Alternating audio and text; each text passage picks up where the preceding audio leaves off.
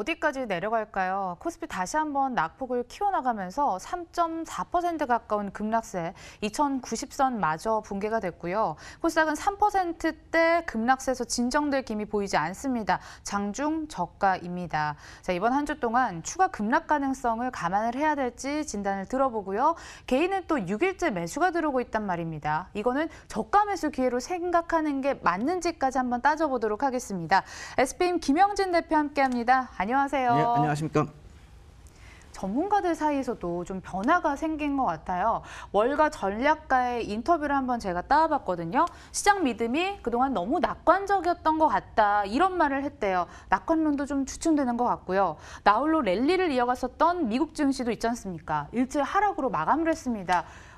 지금 예단하기가 굉장히 힘든 시장이긴 하지만 더 떨어질 가능성도 염두를 해야 될까요? 네, 그렇게 저도 생각을 하는데요. 네. 다만 이제 미국 시장 쪽에서 나오고 있는 얘기, 그중에서 이 코로나 바이러스 외에 또 다른 점은 없는가, 오늘 한번 그것을 따져볼 필요가 있다라고 생각이 되고요. 그리고 전 세계가 이제 한국 쪽에 이 코로나 대처 상황을 주목하고 있는 그런 상황이다, 이렇게 봐야 되겠죠. 미국 시장도 어떻게 보면 우리 시장 빠지면서 덩달아 빠졌다, 이렇게 볼 수가 있을 것 같은데, 제가 일요일에 우리나라에서 일요일에 그 위기 경보를 올리는, 상향 조정하는 그런 이벤트가 있었죠. 이벤트라고 이렇게 해야 되나요? 뉴스가 있었죠. 그런데 그 상황에서 해외 증시가 어떻게 반응을 하나, 이렇게 좀 따져보기 위해서 그 주말에 트레이딩하는 사이트가 있죠. 해외 쪽에서. 근데 굳이 뭐 사이트 명까지 밝힐 필요는 없을 것 같은데, 다우 지수를 놓고 봤을 때 그 순간적으로 한 0.1%가 내리더라고요. 그러니까 보통 주말에 한 0.4% 정도 빠지고 있었던 상황이었는데, 그 뉴스가 나오면서 한 0.1% 정도 추가로 빠지고 있었다, 이렇게 보시면 될 텐데, 그렇다면 우리가 생각하는 것처럼 큰 영향을 주고 있냐라고 따져봤을 때 그렇게 큰 영향은 또 아니지 않는가, 이런 생각이 드는데, 그렇다면 미국 시장 쪽에서 나오고 있는 이런 하락 요인들을 우리가 좀 세밀하게 좀 따져보면서 그것이 우리한테 어떤 영향을 미치나, 이걸 좀 따져봐야 될 것 같다라는 생각이 듭니다. 그래서 악재가 이제 영향이 이제 수치화되기 시작하는 거, 지난주부터 애플 실적이 뭐 좀 우려감이 나타나면서 이제 시작이 됐죠. 그래서 네.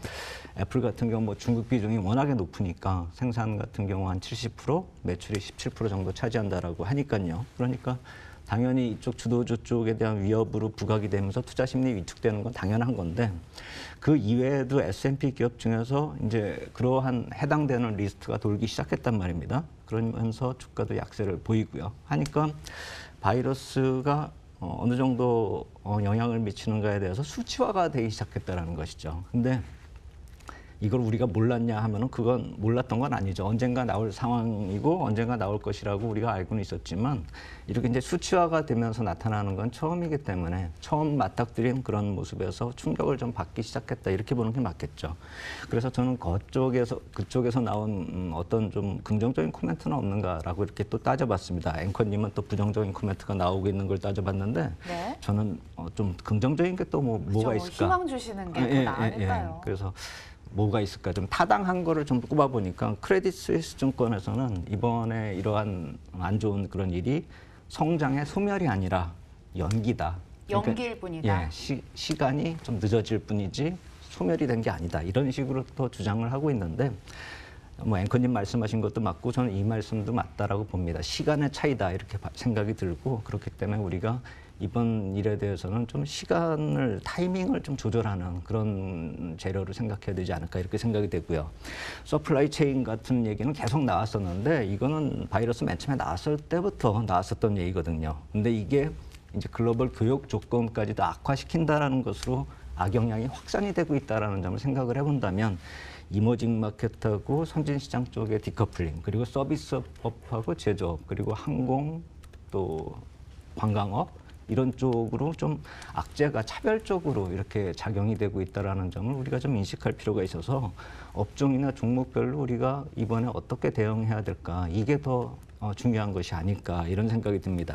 이번이 해결이 되더라도 지금 악재가 노출되고 있는 업종 중에서 좀 많이 노출되고 앞으로도 실적이 좀 많이 악화될 거다라고 생각이 된다면, 하락을 기회로 생각할 수는 없을 것이다 이렇게 생각이 되고요. 특히나 이제 국내에서도 항공이나 이 여행업종 계속 내리고 있지 않습니까? 뭐 바이러스 이전부터도 좀 안 좋게 흘러가고 있었는데 미국에서조차도 이 온라인 여행업체 익스피디아 같은 경우가 실적 우려감이 또 부각이 되면서 주가 빠지고 있거든요. 그래서 이쪽에서 나타나고 있는 이러한 직접적인 영향 그리고 한 가지 더 제일 중요하다라고 제가 생각하는 그것은 뭐냐면은 미국 쪽에서 나온 얘기 중에서 코로나 바이러스의 악영향으로 인해서 무역 분쟁이 재발할 우려. 그러니까 중국 쪽에서 그동안에 이행하지 못했었던 부분, 그것을 이번에 합의를 보면서 이행을 하겠다라고 한 것이 이번에 코로나 악영향 때문에 그것을 이행 못하고 미국 쪽에서 또 관세 부과하고 이런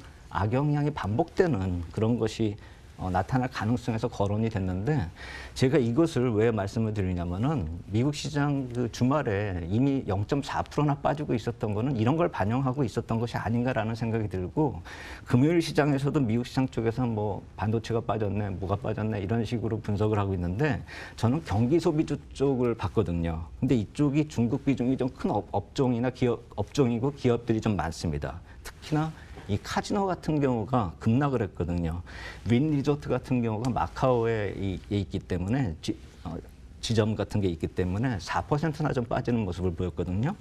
이게 무역 분쟁 때도 이런 모습으로 카지노가 먼저 빠지고 급락을 했었던 모습이 나타났다고 본다면 단순히 이게 코로나 때문에 빠지고 있는가 이걸 넘어서서 이제 악재가 2차적인 영향에 대해서 우려감이 시장에 반영이 되고 있는 것이 아닌가. 단순히 코로나 때문이 아니라 코로나 때문에 중국이 어떤 악영향을 받고 그럼으로 인해서 무역 분쟁이 다시 재발할 가능성.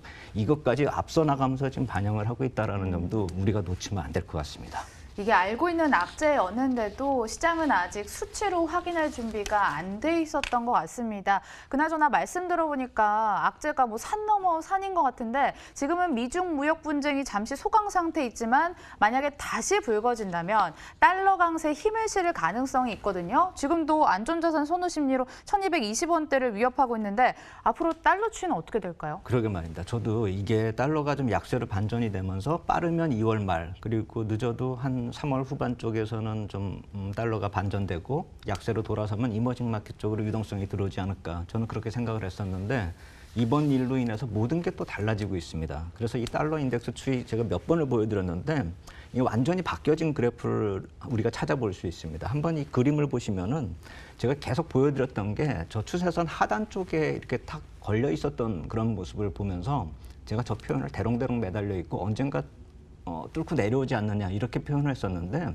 그것이 오히려 치고 올라가서 그냥 상단 추세선까지 올라가고 있는 것이죠. 네, 그래서 강세가 거의 피크점에 지금 단기 피크점에 올라오고 있는 그런 듯한 모습을 보면서 지난 주말에 윗꼬리를 달고 좀 밀렸죠. 그런데 저걸 보고 안심할 수가 없는 것이 저런 추세 하단에서 상단까지 한번 치고 올라간 다음에 밀리는 건 당연한 거거든요. 근데 8월 부분, 그러니까 전에 이 직전 고점의 부분을 보면은 저렇게 상단에서 똑같이 윗꼬리 달고 밀렸는데 그게 악재가 해소가 되지 않고 경기가 반전되는 그런 모습이 나타나지 않았을 경우에 저 상단을 타고 계속 올라갔다라는 것이죠.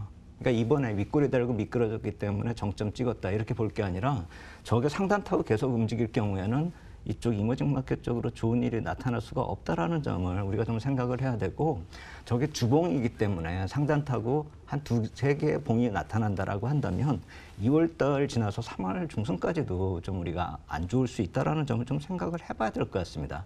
다만 그것이 코로나가 빨리 해결이 되고 또 모든 것이 급반전이 나타나면 얘기가 틀려지겠지만 우리가 지금 그것을 예측할 수 없기 때문에 지금 나타나고 있는 추이하고 과거의 흐름하고 비교해 봤을 때는 지금 안심하기에는 약간 좀 이르지 않을까라는 생각이 들고 지난 주말에 외국인 쪽에서 달러 선물 뭐 6만 계약 넘게 샀고 그것이 IMF 이후에 IMF 이전에 IMF가 아니라 금융위기 이전에 나타났었던 수량에 비교해 봤을 때 제일 좀 많은 수량이다 이렇게 얘기가 나오고 있는데 그런 6만 계약을 매수한 다음에 오늘 같은 경우는 오전에 한 2만 계약 정도 매도가 나왔기 때문에 이 역시 단기적인 흐름이 아닐까 이렇게 생각이 들기는 들지만 2만 계약 매도했다가 다시 1만 계약으로 줄어들었다 이것도 또 지금 외국인 쪽에서 좀 많이 움직임이 좀 틀리기 때문에 이쪽 한번 계속 달러 이 선물 쪽의 흐름을 좀 보면서 우리가 좀 예측을 좀 해볼 필요가 있지 않을까 이렇게 생각이 됩니다.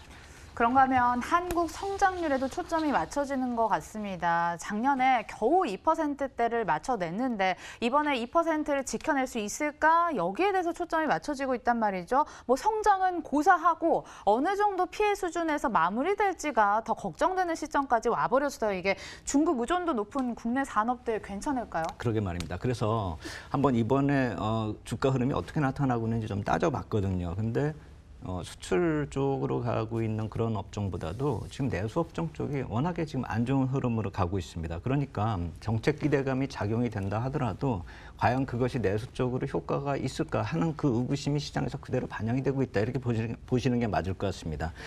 업종이나 이 좀 기업별로 주가를 좀 찾아봤습니다. 오늘 10시 50분 기준으로 따져보니까 60일 신고가가 14종목, 그리고 신저가가 무려 379종목이 나오고 있거든요. 네. 그래서 그 종목들 보니까 금융지주사 다 포함되고 있습니다. KB, 신한, 하나우리, DGB, BNK 뭐 이런 거 모두 다 포함이 되고 있고요. 보험사도 그렇고, 그다음에 아모레퍼시픽이나 뭐 이런 신세계 같은 여행이나 뭐 이쪽 내수 쪽, 그다음에 중국 노출도 좀 큰 기업들, 그다음에 건설, 유통 이쪽이 모두 다 좀 안 좋은 그런 모습입니다. 특히나 금융, 유통, 건설 이쪽은 240종목 정도가 8월의 저점을 아래로 좀 내려가고 있는 그런 상황입니다. 그러니까 지수는 지금 8월의 저점보다 많이 올라온 상황인데 지금 주가는 그거보다 더 많이 빠진 종목이 한 250개 종목에 가까이 된다라는 점을 생각해 본다면은 이 60일 신저가기 때문에 기업 실적을 그대로 반영을 하고 있다 이렇게 볼 수가 있거든요. 특히나 3월 들어서는 3월 중반 넘어서면은 기업 실적이 좀 주가에 반영이 되는 그 프리어닝 시즌으로 들어설 텐데 지금 같은 모습이 그것을 미리 선반영하고 있다라고 한다면은 정책에 대한 기대감보다 지금 업종별 악영향 우려가 더 지금 증폭이 되고 있고 그것이 3월에도 나타날 수 있다라는 것이죠. 결국 그게 뭘 뜻하냐면은 주가 차별화가 상당히 나타날 수 있다라는 점, 그 점을 보자는 것이고, 또 하나는 지금 아까 외국인 쪽에서 그 달러 선물을 좀 말씀을 드렸었는데 지금 국채 선물 누적 순매수 추이를 이렇게 3년물을 놓고 보면은 그래프 보시면은 정고점을 넘어설 정도로 지금 많이 사고 있다라는 점을 보면은 지금 이걸 보고 좋은 점 하나하고 나쁜 점 하나를 볼 수 있습니다. 좋은 점은 한국물 모조리 팔고 있지는 않다. 그러니까 채권을 사고 있다 이렇게 볼 수가 있는데 이렇게 국채 선물 쪽으로 이렇게 사고 있다라는 것은 금리 인하를 선반영하고 있다라는 것이거든요. 그렇다라고 본다면은 금리 인하를 하는 것이 선반영되고 있음에도 불구하고 금리 인하에 의해서 좋은 점보다는 종목이나 업종별로 안 좋은 점들이 지금 주가에 반영이 되고 선반영되고 있고 향후에 이것이 과연 내수를 살릴 수 있을지에 대해서는 우리가 의구심이 드는 주가 흐름이다 해서 이러한 금리 인하나 재정 정책 없는 금리 인하만으로는 해결이 되기가 힘들고 이번에 어떤 대책이 우리나라 쪽에서 나올 수가 있는지를 좀 주목하면서 그러면서 투자 전략을 좀 유동성 있게 좀 바꿔갈 수가 있다라는 점